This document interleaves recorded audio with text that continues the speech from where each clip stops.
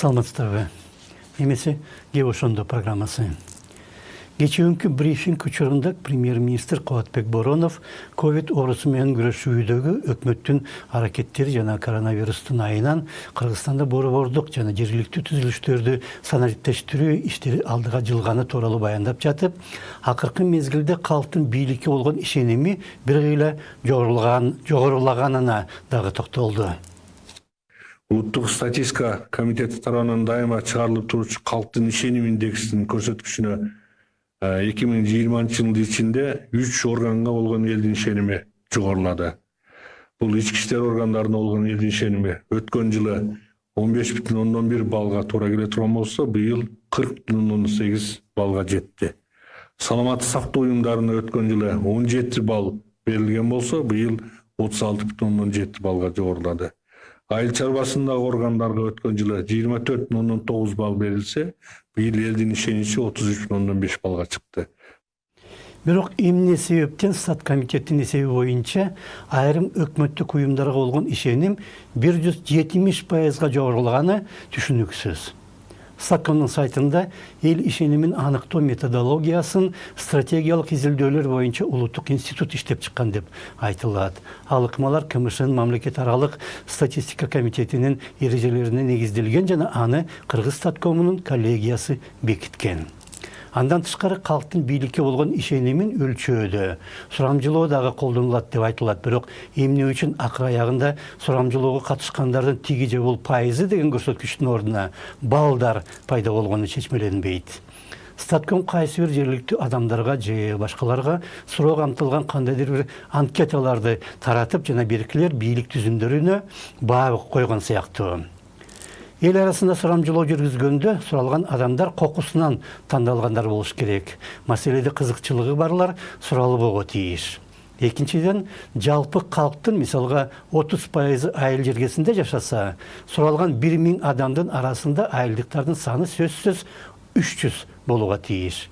Өлкөдөгү студенттердин саны 2% болсо, суралган 1000 адамдын 20сы студент болуш керек. Бирок азыр кайсы болбосун маалымат агенттиги же дегеле кайсы болбосун интернет сайт өз алдынча сурамжылоодо жүргүзө алат. Алардын сурамжылоосуна катышкандардын мисалы үчүн 70% тиги же бул министрди жакшы же жаман көргөнү, бүткүл элдин 70% дагы ошондой пикирде дегенди билдирбейт. Мүмкүн ал сайттын окуучуларынын баары студенттер. Министр болсо алардын стипендиясын көтөрбөй жатат. Же тескерисинче. Кыргыз Стат комитети акыркы мезгилде жалпы элдик сурамжылоо өткөргөнү тууралуу кабарланган эмес. Тек гана анын сайтында улам жаңы жадыбалдар пайда болот. Аларда жалпы өкмөткө же анын ар башка министрликтери менен башка мекемелерине эл канчалык ишенгени тууралуу сандар жазылат жана ошол балдар индекс болуп эсептелинет. Ал балдарды кантип чыгаруунун методикасы болуш керек, бирок биз аны сайттан таппай койдук. Сентябрдын башында дагы бир сурамжылоонун жыйынтыктары жарыяланды. Аны Америкалык Республикалык институттун тапшырмасы менен Sia Research жана Consulting деген компания жүргүзгөн жана ишти Америкалык USAID агенттиги каржылаган. Алар барды болуп 1223 адамды сураган. Алардын 75%ы ушундай сурамжылоого мурда катышкандар. Калган 23% болсо кайсы бир тизмеден кокус тандап алынган. Суроо узатылган 1223 адамдын 47 гана пайызы жооп берген. Бирок эң кызыгы Кыргызстанда азыр эң белгилүү саясий партия деп КСДП аталган.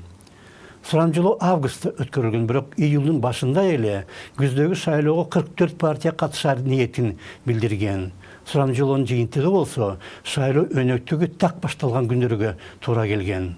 Мындай сурамжылоо эмне себептен жана ким үчүн уюштурулат?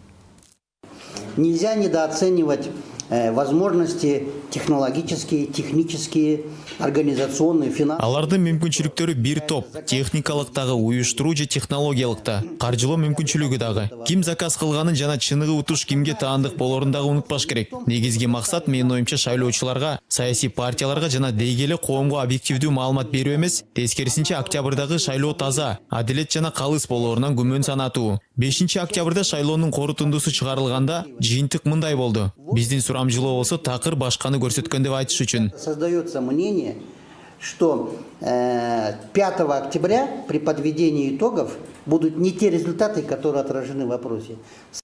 Statkomдун акыркы баалары эмне үчүн чыкканын болсо түшүнсө болот. Аброй түшүп кеткен өкмөттү мактап коюш керек. Кеп ошондо саламатта калыңыздар.